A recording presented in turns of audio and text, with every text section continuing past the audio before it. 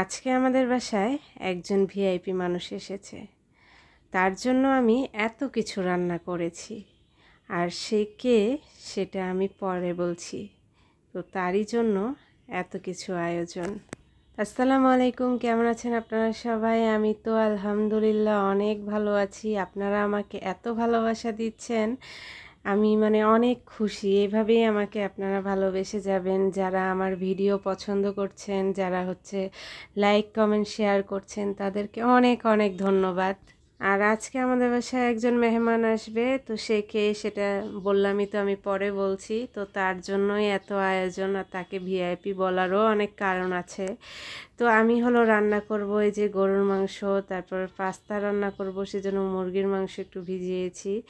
আর এখানে গরুর মাংস রান্না করব, সেজন্য আলুও কেটে নিয়েছি। তারপর সারার বাবা মাছ নিয়ে এসেছে, মাছটাকে ধুয়ে ফ্রিজে রাখবো। তো মাছটাকে ধুয়ে রাখলে না অনেক সুবিধা হয়, পরে যখন রান্নার জন্য বের করা হয় তখন অনেক সুবিধা হয়। এটা পাঙ্গাস মাছ। অনেক দিন ধরে পাঙ্গাস মাছ খাওয়া হয় না, তো স্যার বাবাকে বললাম যে বাজারে গেলে পাঙ্গাস মাছ পারলে নিয়ে আসিও, তাই ও নিয়ে এসেছে।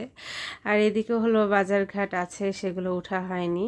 আর মাংসটাকে আমি এখন কষায় নিচ্ছি। আর এরই মাঝে কিন্তু আমাদের ভিআইপি মানুষটা কিন্তু চলে আসছে। ও কিন্তু আমার সামনেই কিন্তু চেয়ার নিয়ে বসে আছে।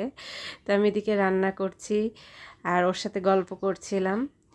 আর এই যে মাছগুলোকে ধুয়ে নিয়েছি, এখন উঠিয়ে রাখছি। আমি বক্সের মধ্যে করে মাছগুলোকে রেখে দিচ্ছি। আর পাঙ্গাস মাছ না মাঝে মধ্যে খেতে আমার ভালো লাগে।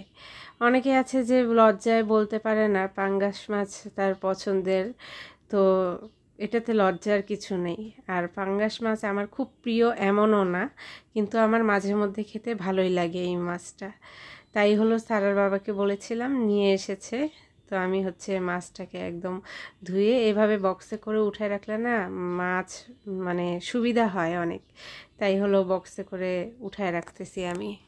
তো আমি এদিকে মাংসটা কষায় নিচ্ছিলাম, আর ভিআইপি মানুষটার সাথে গল্প করছিলাম, আর টুকটাক এই পাশের কাজগুলো আর কি করছিলাম। আর এই যে দেখতে দেখতে রান্না শেষ, আলু দিয়ে মাংসর ঝোল ঝোল, কত লোভনীয় লাগছে তরকারিটা, তাই না? তারপরে এদিকে বেগুন ভেজে নিয়েছি, সাথে করলার ভাজিও করেছিলাম, তো সেটা ডাইনিং টেবিলের ওপর রেখে আসছি। তারপরে এই যে ভাত, আর শুধু এখন শসা কেটে নিব, শসা লেবু এগুলো কেটে নিব। তো শসা লেবু কাটার পর ধুয়ে নিয়েছি, এখন একটা ফ্রিজে করে সাজিয়ে ডাইনিং টেবিলে রেখে দিব। আর এদিকে আমি পাস্তাও রান্না করে রেখে দিব, কারণ এত গরম করতেছে যে রান্নাঘরে থাকাই যায় না। তাই একবারে সব রান্না বান্না শেষ করে আমি গোসল করে নিব। তো এই যে পাস্তাটাও রান্না করে রেখে দিলাম, বিকালে নাস্তা দেওয়ার আগে শুধু গরম করে নিব, তাহলেই হবে। পাস্তা রান্না করার পর আমি সবাইকে খেতে দিয়েছি, আর আমি এই যে আমার মেয়েকেও খাওয়াচ্ছি। তারপরে এই যে আমার ছোট ভাই, আর ওই যে পাশে আমাদের ভিআইপি মানুষ বসে খাচ্ছে।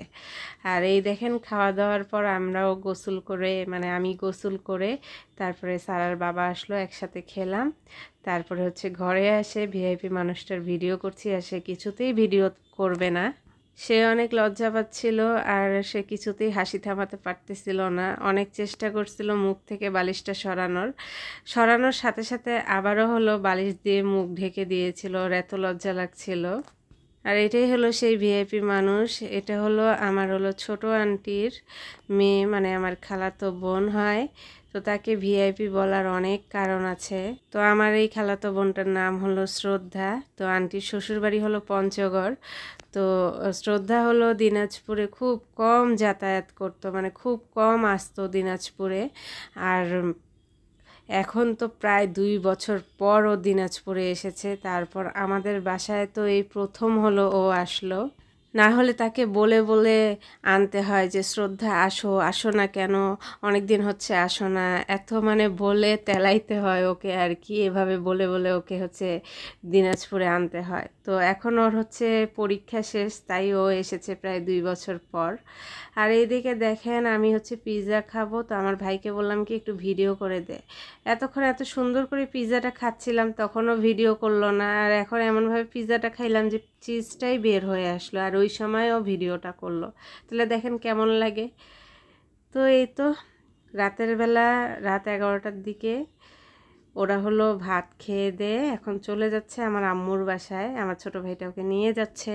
নাস্তা খাওয়ার পর আমরা অনেকক্ষণ গল্প করছি, তারপর মোবাইলে ভূত এফএম শুনেছি, তারপরে হলো রাত 11টার দিকে ওদেরকে ভাত খেতে দিয়েছিলাম। তো কিছুতেই খেতে চাচ্ছিল না, কারণ পেট ভর্তি ছিল সবার। পিৎজা পাস্তা এগুলো খাই হলো সবার পেট ভর্তি হয়ে গিয়েছিল, তাই হচ্ছে ভাত খেতে চাচ্ছিল না। তারপর আমি অল্প করে জোর করে হলো ভাত খাওয়াইছি দুজন কাকেই, তারপরে দুজনে হলো চলে গেল। তো এই হলো ভিআইপি মানুষ আর ভিআইপি মানুষের কাহিনী। তো এই ছিল আজকের ভিডিওটি। তো ভিডিওটি এখানেই শেষ করছি। কেমন লাগলো ভিডিওটি অবশ্যই জানাবেন। সবাই ভালো থাকবেন। আল্লাহ হাফেজ।